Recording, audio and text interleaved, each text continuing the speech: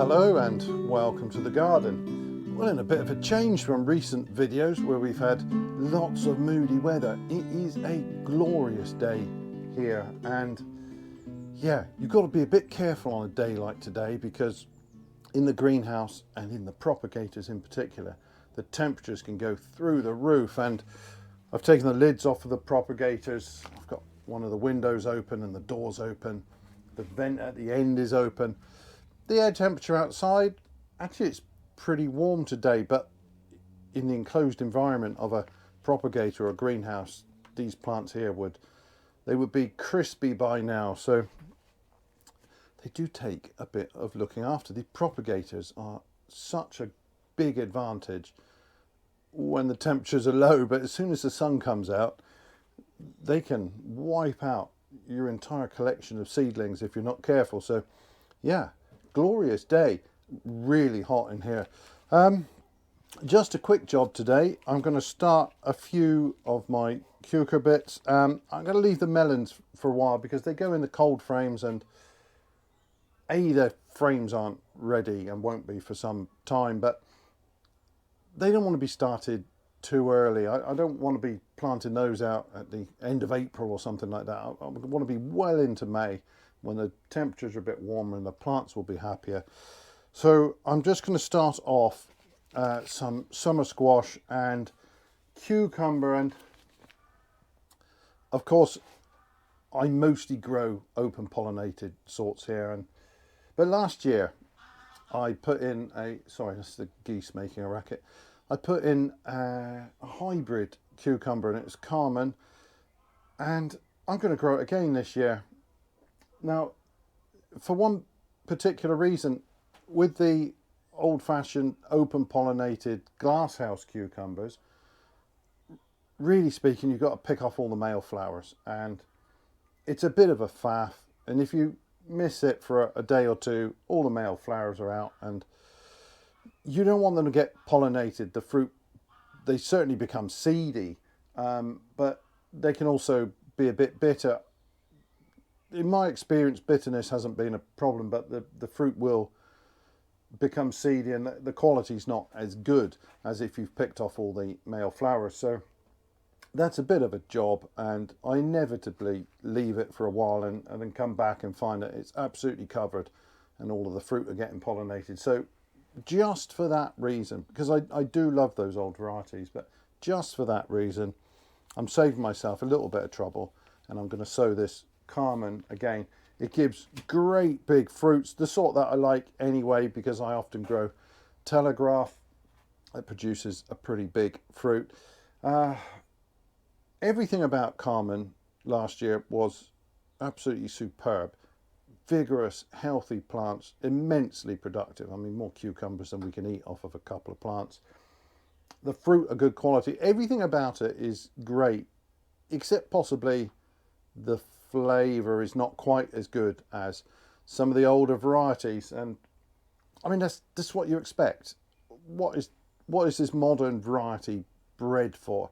Well, it's bred for productivity, robustness of the plant, consistency of the fruit, and lots of properties, but flavour is always going to be somewhere lower down that list. And I mean, that's true of just about anything. That's why in your own kitchen garden you've got the ability to grow stuff that is just so much more flavourful.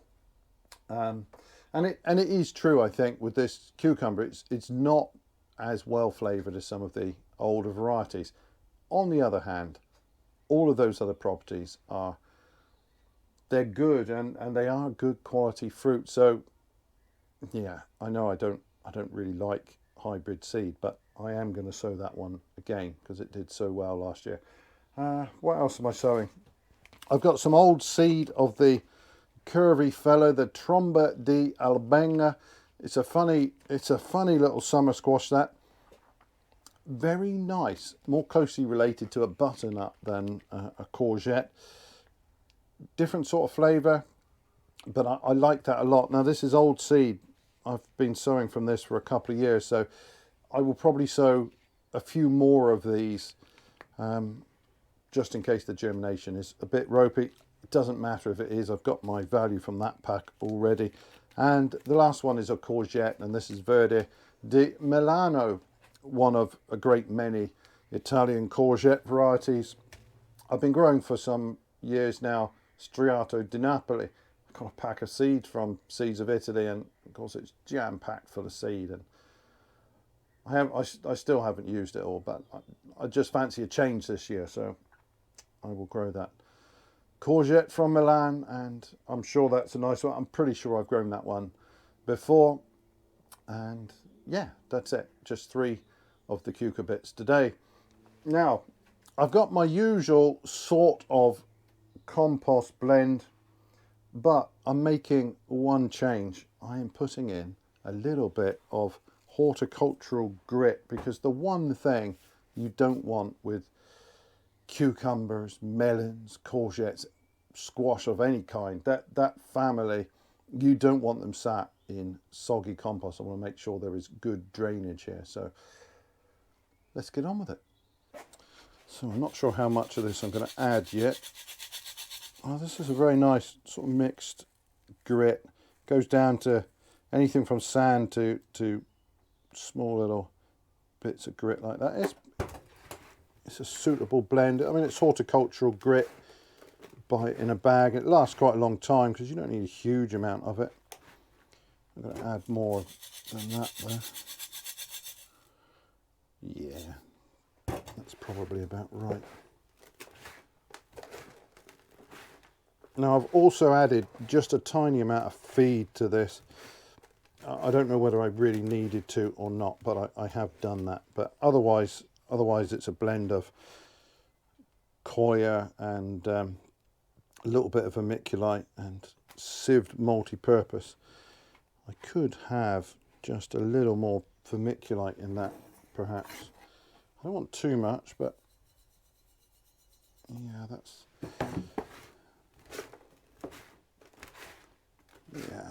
that looks good to me. Now the compost is moist. It's not wet, but it is moist. You've got to be careful if you've got, particularly if you've got something with coir sat here on the bench, it will dry to a crisp, and then it doesn't really want to rehydrate very well. So I do like to keep the compost just on the moist side, just a bit damp.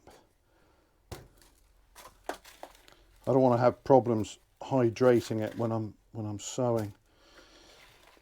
Now that Carmen, I got 5 seeds in that packet.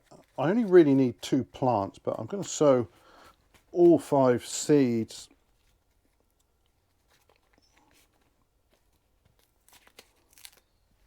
And that'll give me some spares. What I'll do first though is give these a good soak.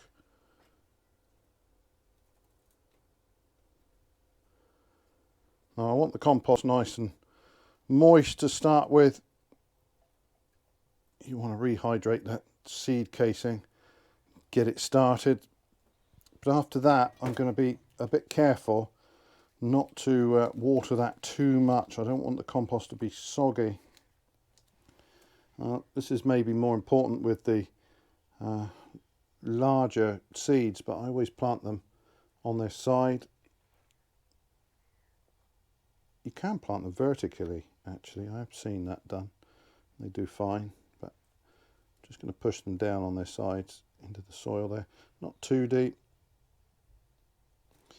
And then just a little bit more compost on top of each one of those.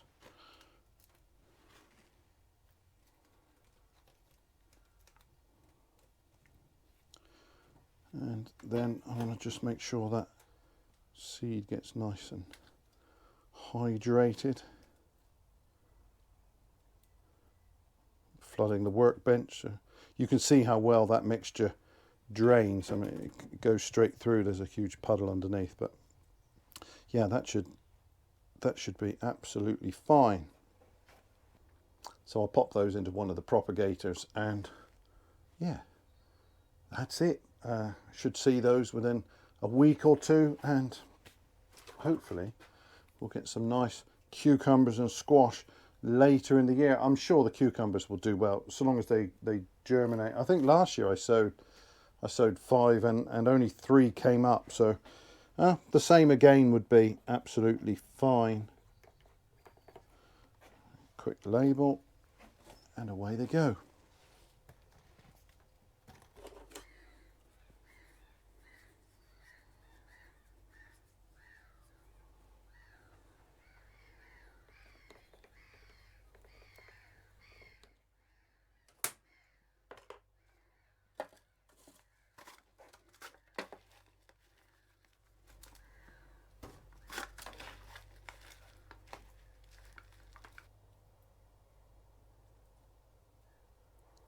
And that really is a nice free draining mix, which is ideal for these plants.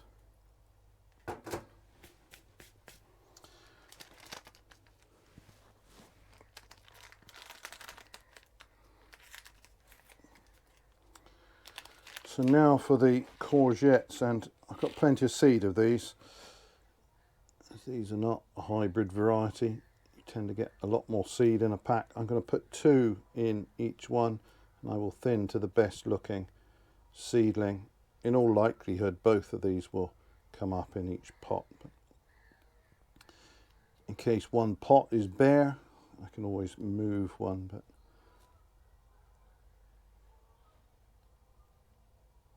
again, setting them on their sides. That's just so that when you water, they drain away better. I mean, you can water from underneath, set them in a tray of water, that's fine. I don't tend to do that just because it's a bit of a faff and I got so many pots of young seedlings to deal with. But it's not a bad idea with the cucurbits to water from underneath. Once they're started, you want to water from above to begin with, because you want to make sure that seed casing is hydrated enough to kick things off.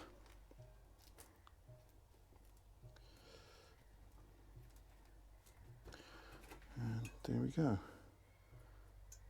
Another soak from above, and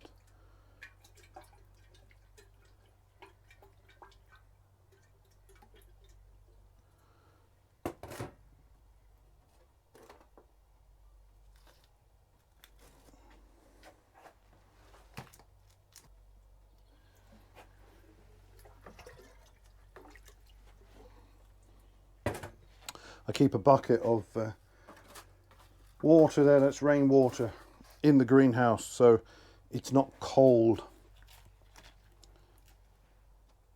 When there's space, I can keep some water in the propagator as well, which is nice.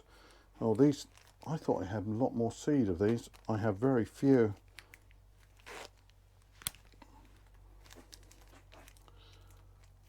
I must have nearly finished them last year, and they don't look great.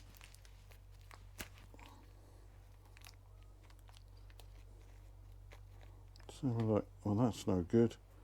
That's no good. That isn't worth sowing either. Well, I've only got 4 seeds of these. I thought I had loads of them, but never mind. I will sow all 4. I was planning to put 3 of these in each pot because the seed is old, but I've got what I've got. I'm not going to order any more. And if they don't germinate, they don't germinate. They may well do. They germinated well enough last year. They were old then already, but we will see. It's not the end of the world if they don't. I've got plenty of the courgettes. Well, that's a quick and easy job, and that is now done. I shouldn't have to do anything with those plants for another 3 weeks probably, and then they'll need to be potted on. With a bit of luck, they'll be ready at the right sort of time. So I like to grow on the summer squash until they're quite big plants. They'll go into nice big pots, and I'll keep them protected until conditions are right outdoors.